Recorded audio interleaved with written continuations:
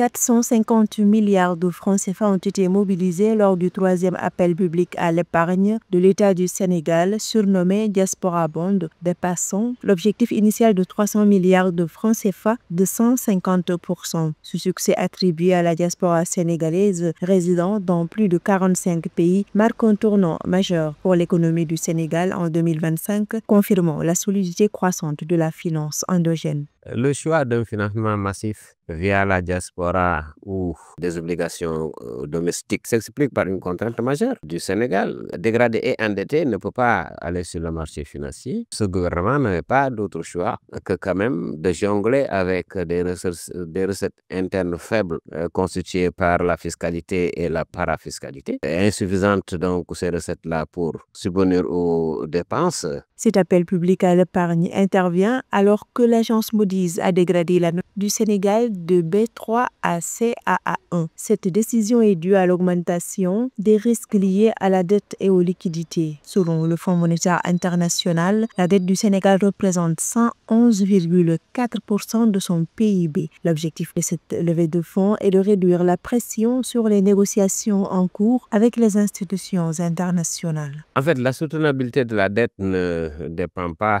forcément des levées de fonds, mais c'est beaucoup plus la croissance économique qui pourrait aider le trésor public à disposer suffisamment d'argent pour faire face à ses engagements, surtout le service de la dette. Au-delà des chiffres, le troisième appel public à l'épargne symbolise un changement de paradigme. L'État mobilise ses citoyens au pays comme à l'étranger dans un effort collectif de développement. Les autorités sénégalaises soulignent que la diaspora, traditionnellement source de transferts familiaux qui ont atteint plus de 2000 milliards de francs CFA en 2024, soit environ 10% du PIB national, devient désormais un acteur central du financement public.